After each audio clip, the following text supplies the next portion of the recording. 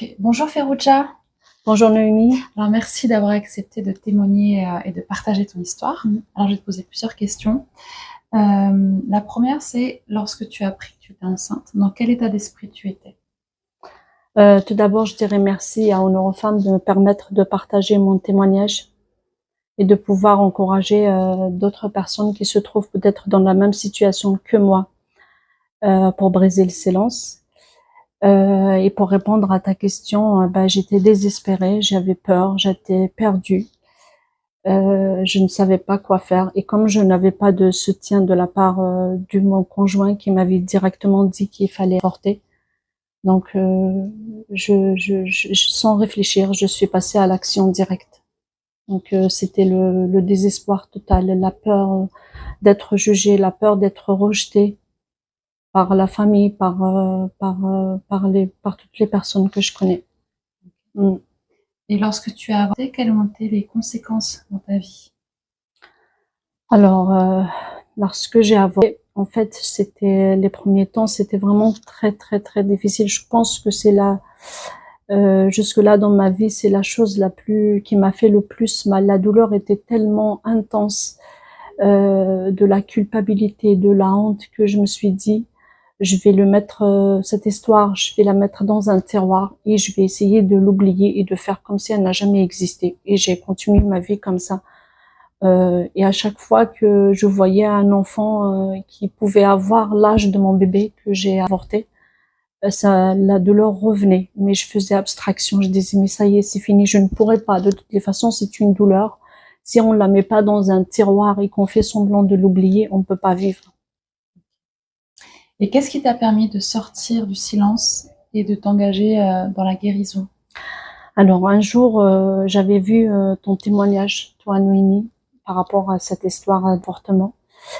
Et je me souviens que j'étais effondrée. Je me suis dit, mais oui, mais c'est possible que la guérison est disponible parce qu'il y a le témoignage de Noémie et je la connais. Si elle a vécu ça, je peux m'en sortir, je peux en parler. Mais il y avait quelque chose en moi qui me disait aussi peut-être disponible pour toi et pas pour moi. Et c'était une erreur. Je me suis trompée parce que voilà, une fois que j'ai vu que Honor Femmes avait programmé un atelier concernant les pertes de grossesse, je me souviens, je me suis avancée vers toi et je t'ai dit, Noémie, mais là, parce que dans ce que vous partagez, vous parlez de perte de grossesse de manière générale. Il n'y avait pas l'IVG qui était de manière directe. Et je suis venue te voir, je t'ai dit, Noémie, mais vous parlez pas de l'IVG. Et pour moi, à l'église, on parlera pas de ça. À l'église, c'est tabou. On perd la grossesse, une fausse couche ou autre, mais volontaire, on n'en parle pas parce que nous sommes quand même à l'église. Et quand tu m'avais dit que c'était si, vous allez parler, j'étais waouh, je dis mais c'est possible ça? Et je me souviens, je t'avais dit, j'ai pas osé te dire que c'était moi. Je t'ai dit, mais je connais une copine, mais je lui parlerai si elle voudrait s'inscrire. Et ce qui m'avait encouragée à m'inscrire, c'est une phrase que tu m'avais dite. Tu m'avais dit que ça peut avoir, euh, ça peut avoir des conséquences sur mes enfants. Et comme moi, j'ai deux filles, maintenant ici, et la troisième est avec le Seigneur, je me suis dit non, pour moi, c'est peut-être pas grave, mais je peux pas me permettre de faire vivre ça à mes filles. Donc il faut il faut que j'arrête ça. Et j'ai pris beaucoup, c'était avec beaucoup de courage que je me suis inscrite au premier atelier d'honneur aux femmes. Et tout a commencé là. La guérison, le processus de la guérison a commencé dans cet atelier-là. Et du coup, après, qu'est-ce qui s'est passé? Quelles ont été les différentes étapes que tu as vécues? Alors, durant le premier atelier en Eurofemme, il m'avait permis de, de, d'affronter cette vérité qui existe, que ce secret que j'ai mis dans un tiroir et que j'ai caché à tout le monde. Personne ne savait que cette histoire avant en Eurofemme, il y avait que moi, le médecin, l'équipe médicale et mon ex-conjoint. Et donc, je suis sortie du silence. Sortir du silence m'a permis de mettre le doigt sur le problème et que vraiment, il y a besoin d'être guéri. Et une chose extraordinaire que j'ai vécue dans cet atelier-là, c'est que à travers la prière, le Seigneur m'a permis de voir mon enfant Et, et de voir ma fille, et je l'ai vue avec le Seigneur. Il m'a donné son prénom. Et je l'ai vue, je sais à quoi elle ressemble maintenant. Et ça m'a donné un sentiment d'assurance par rapport à cette situation, parce que je me suis dit, oui, il y a eu ça, il y a eu l'IVG, oui, il y a eu ma responsabilité. C'est pas nier, c'est pas dire que c'est pas fait, c'est pas grave. Oui, c'est très grave, mais il y a Dieu, il y a Jésus qui peut guérir. Il y a le fait de voir ma fille avec le Seigneur, ça m'a donné une assurance, une paix. Me dire oui, elle est là, elle est vivante. Pour moi, elle est vivante parce qu'elle est avec le Seigneur, et je l'ai vue joyeuse, elle souriait, il m'a donné son prénom, et c'était bien. Mais il me manquait quelque chose. Quand je suis sortie de l'atelier, j'ai vu ça, il y avait cette assurance, mais je ne pouvais pas me pardonner parce que l'acte, il était tellement énorme que je ne pouvais pas me le permettre, je pouvais pas me le pardonner. C'est pas de l'orgueil ou quelque chose, mais pour moi, je n'étais pas digne d'être pardonnée. Pour moi, cet acte, c'est énorme. On peut pas se faire pardonner ça. Et alors, du coup, après, qu'est-ce qui s'est passé dans ta vie? Après, j'ai gardé ça. Je me suis dit, il y a eu Noémie, tu nous as donné plusieurs conseils, d'écrire des lettres de pardon à personne qui était co-responsable de cet acte-là, parce qu'on n'est jamais seul. Mais je me sentais pas prête de le faire ni quoi que ce soit. Donc je me suis dit voilà, je connais le prénom de ma fille, je sais qu'elle s'appelle Sarah, je sais qu'elle est avec le Seigneur, et on s'arrête là. Et après, toute la prochaine étape, c'était avec la conférence en Eurofemme avec la pasteure Sandra Duby, quand elle nous avait demandé d'écrire nos prénoms sur le tableau. Je ne sais pas si il est là, le tableau. D'écrire nos prénoms sur les prénoms de nos enfants que le Seigneur nous a montrés sur ce tableau-là. À peine j'ai écrit le prénom de ma fille, Sarah, je voulais qu'il soit le premier à être écrit sur ce tableau-là. Il y avait la présence de Dieu qui était sur moi, c'était tellement fort, tellement puissant que je ne pouvais pas me tenir sur ses jambes, donc j'étais à genoux. Et il y avait une douleur, mais comme pas possible, qui travaillait dans mon ventre.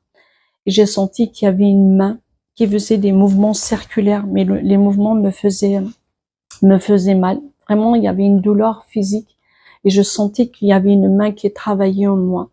Et pendant ce mouvement-là, le Seigneur me disait, je te pardonne. Tu pardonnes, jusqu'à 3 fois. Et ensuite, après, une fois que c'est passé, il y avait une douceur, l'amour de Dieu qui est descendu sur moi.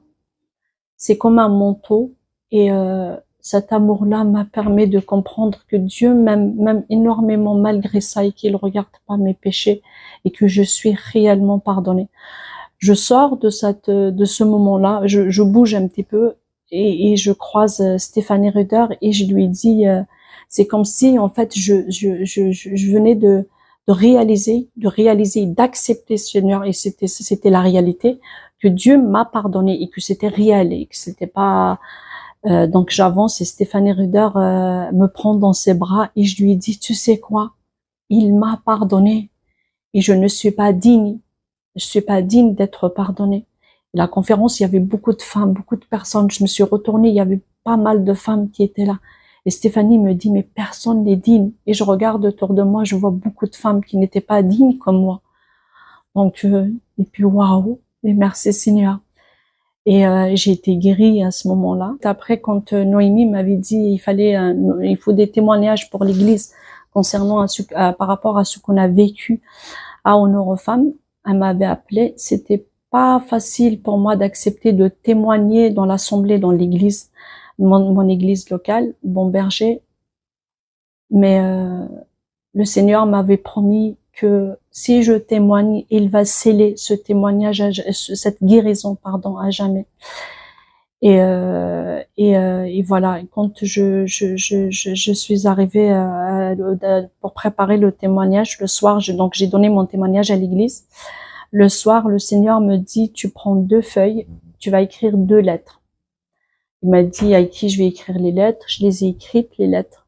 Je les ai pliées.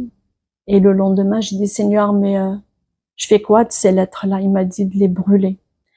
Et ces lettres-là, c'était pour les personnes qui étaient co-responsables de cet acte-là. Donc je les ai écrits, j'ai écrit tout ce que je ressentais, ce que la douleur, leur responsabilité, et à chaque fin de la lettre, je déclarais que je leur pardonnais. J'ai pardonné à ces personnes et je dis que je les aimais, et j'ai plié les lettres. Et le lendemain, quand je les ai brûlées, waouh, je voyais les flammes prenaient les feuilles là, et je voyais ma douleur qui part, le chagrin, la culpabilité et la victoire qui se lançait. Donc merci Seigneur pour ce qu'il avait fait dans ma vie. Et voilà, l'histoire se termine comme ça. Et il y a une liberté possible qu'on peut avoir après la guérison de ces choses-là, parce que c'est tellement tabou, c'est tellement mal vu dans la société qu'on se condamne nous soi-même, mais le pardon de Dieu est disponible pour tout le monde. Parce qu'il l'a fait pour moi, il le fera pour d'autres personnes. C'est magnifique, merci beaucoup. Je t'en prie. Et si tu devais encourager une femme aujourd'hui qui est dans le silence, qui est dans la honte, peut-être la culpabilité, qu'est-ce que tu aimerais lui dire pour l'encourager à sortir du silence? Alors, déjà, je vais lui dire, comme moi j'ai reçu, que tu n'es pas la seule à avoir vécu ça. Il y a beaucoup. Si tu sors de ton silence, tu verras qu'il y a beaucoup de personnes qui sont comme toi. Et le Seigneur, il pardonne. Même si peut-être que tu te dis, comme je me disais moi, que tu n'étais pas digne, mais lui, il te regarde, il t'a choisi, il t'aime, il te donne sa main. Et n'hésite pas, prends courage, fais un pas de foi et avance vers lui, et tu verras, tu ne regretteras pas. C'est immense la liberté que tu vas avoir une fois que tu étais guéri. Tu ne peux pas. Moi, je vais dire ça, mais franchement, par rapport à ma vie, tu ne peux pas continuer à vivre si tu ne peux pas être guéri de ça. Tu peux pas. C'est tellement difficile de vivre avec ça. Tu peux être chrétienne, tu peux être ne pas chrétienne, tu peux ne pas connaître le Seigneur, mais vivre avec ça, c'est pas possible. Mais une fois guéri, tu verras le avant et le après. Voilà, donc je t'encourage vraiment à faire un pas de foi, à chercher la guérison, que ce soit à l'atelier Honore Femmes Rafa qui aura lieu le 20. Voilà, ou alors voir un pasteur, suffit quelque chose, mais il faut faire un pas de foi et sortir du silence et briser cette histoire. Merci beaucoup Ferruccia d'avoir eu le courage de partager ton histoire. Et si tu nous regardes, sois aussi encouragé et vraiment porté par le courage pour pouvoir recevoir ta guérison et ta libération.